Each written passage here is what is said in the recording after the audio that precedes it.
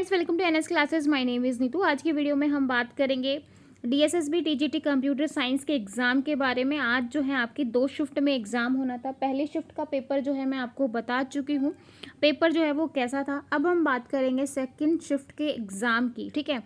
तो पेपर हो चुके हैं दोनों शिफ्ट के, और शिफ्ट के एग्ज़ाम होने के बाद जो हम लोगों ने लग रहा था कि भाई जो पीजीटी का पेपर है वो काफ़ी इजी आया था, तो हमें ऐसा लग रहा था कि जो टीजीटी का पेपर है वो काफ़ी इजी आएगा एज़ कम्पेयर टू पीजीटी।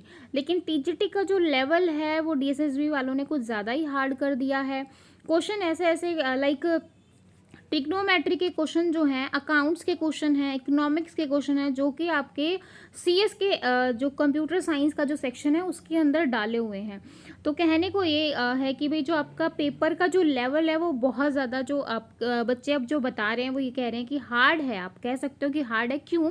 क्योंकि 2 घंटे में आप पेपर को किसी भी हाल में जो है नहीं कर सकते, क्योंकि दोनों ही जो आपके पार्ट हैं वो टाइम कंज्यूमिंग है, ठीक है।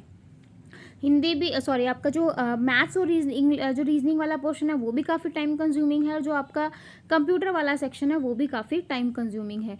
तो भाई दोनों ही जो पार्ट हैं वो काफ़ी, आप कह सकते हो कि हार्ड है, ठीक है। तो मीडियम टू हार्ड आप अपने पेपर को बिल्कुल मान सकते हो, क्योंकि एक तो आउट ऑफ सिलेबस क्वेश्चन आए हैं, ठीक है। आउट ऑफ सिलेबस है तो ऑब्वियसली पेपर आपका हार्ड हो गया है, ठीक है। तो अब हम ये तो था ओवरऑल कंक्लूजन जो अभी दोनों शिफ्ट का आया है, और इसके ऊपर हम डिटेल में बात करेंगे कि अभी जो आने वाले 5 दिन है उसमें आपको सीएस की कैसी प्रिपरेशन करनी है, कैसे आपको जो है दोनों सेक्शन में करना है ताकि आप अच्छा स्कोर कर सको, ठीक है।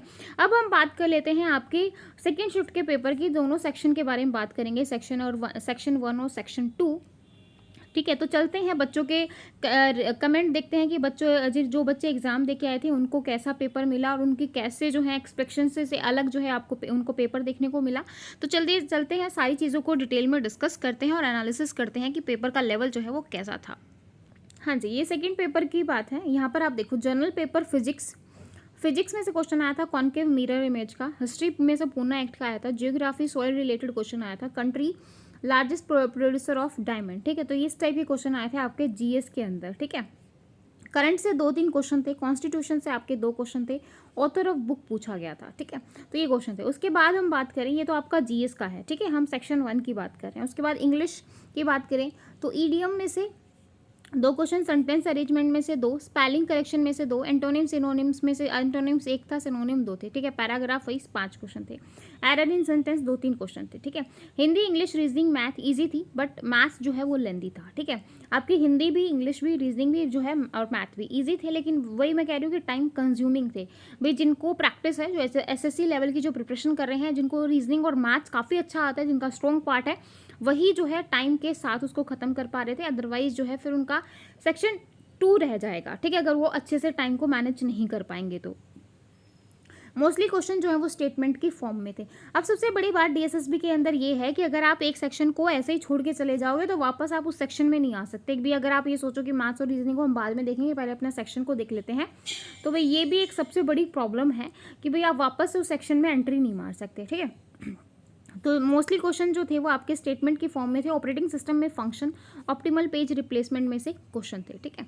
उसके बाद डिजिटल, अब आपका सीएस स्टार्ट हो गया, अभी आपका सेक्शन 1 कंप्लीट है। अभी यहाँ पर हम बात कर रहे हैं आपके सेक्शन 2 की, ठीक है। तो ऑपरेटिंग सिस्टम में वही था भाई, नॉर्मल आपको function, type, page replacement, memory management, ये सब देखना है जो नॉर्मल हम सब ने किया हुआ है। तो ओएस जितना किया है वो इजी ही आ रहा है, बहुत ज़्यादा टफ नहीं आ रहा। तो आप ओएस को रिवाइज कर लो, क्योंकि एटलीस्ट जितने भी क्वेश्चन ऑपरेटिंग सिस्टम में से आ रहे हैं वो तो आपके गलत नहीं होने चाहिए, ठीक है।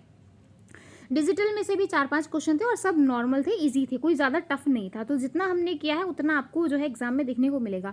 सॉफ्टवेयर इंजीनियरिंग में से software model, testing, feasibility study, ये सब आया हुआ था, ठीक है। तो कोई ज़्यादा टफ नहीं है। टेस्टिंग बहुत ईजी है। फिजिबिलिटी स्टडी और जो एसडीएलसी मॉडल है ये जो है इंपॉर्टेंट है और बहुत ज़्यादा ईजी है, कुछ ज़्यादा इनके अंदर है नहीं, ठीक है।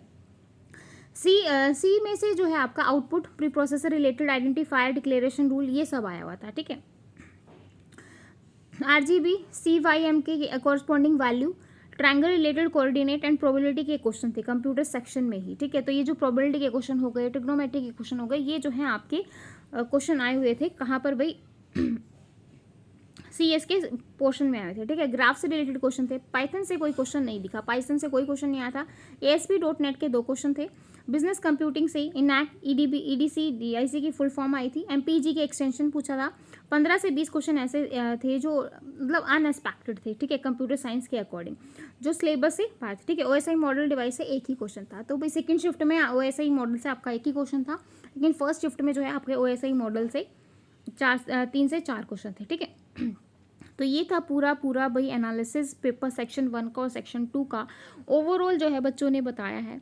अब जो अनएक्सपेक्टेड पार्ट था वो हम नेक्स्ट वीडियो में डिस्कस करेंगे कंप्यूटर साइंस का, कि भाई ऐसा कौन सा जो है बिल्कुल बाहर से आ गया, और अब हमें जो है 5 दिनों में ऐसा क्या करने की ज़रूरत है कि आप जो है पेपर को एटलीस्ट 100 से 120, 130, 40 तक जो आप अटैम्प्ट कर सको, क्योंकि भाई जिस तरीके से पेपर आया है उस तरीके से ये लग रहा है कि कट ऑफ जो है वो 100 से 120 के बीच में हार्डली जाएगी, इससे ज़्यादा नहीं जाएगी, क्योंकि पेपर का लेवल जो है बच्चों के सिर के ऊपर से चला गया, क्योंकि जो सोचा था वो अनएक्सपेक्टेड सब, ठीक है। तो इसलिए जो है 100 से 120 है, तो भाई आप ये ही मानना है कि आपको जो है 150 क्वेश्चन अटेम्प्ट करके आने हैं अपने पेपर के अंदर, जिनका 7 तारीख को एग्जाम है, ठीक है। तो आपको यहाँ से एक रिव्यू मिल गया है, अगर जिन बच्चों का 7 तारीख को एग्जाम है, तो यहाँ पर आप बोल सकते हो कि आपको एक बेनिफिट है, आपको एक प्लस पॉइंट है, ताकि आप अपनी प्रिपरेशन को और ज़्यादा अच्छा बना सको, ठीक है। तो पूरी स्ट्रेटेजी हम डिस्कस करेंगे इन 5 दिनों की, कि भाई सीएस में ऐसा क्या किया जाए, मतलब सीएस में क्या आपको पूरे ही उसमें क्या किया जाए कि आप डीएसएसबी टीजीटी को क्रैक कर सको, ठीक है। तो वो हम नेक्स्ट क्लास में डिस्कस करेंगे। आई होप अगर आपको वीडियो अच्छी लगी और आप चाहते हो कि हम पूरा का पूरा 5 दिन का जो प्रोसेस है उसको हम डिस्कस करें, तो कमेंट सेक्शन में एक बार बता दीजिएगा कि मैम पूरी डिटेल जो है सेक्शन 1 सेक्शन 2 के हमारे साथ डिस्कस कीजिए, ताकि जो है आप आने वाले 5 दिनों को बहुत अच्छे से यूटिलाइज कर सको, ठीक है। वीडियो अच्छी लगी तो लाइक कर दीजिए, शेयर कर दीजिए, सब्सक्राइब कर दीजिए चैनल को नहीं किया तो। फिर मिलेंगे ऐसी नई अपडेट के साथ, तब तक के लिए बाय एंड थैंक यू।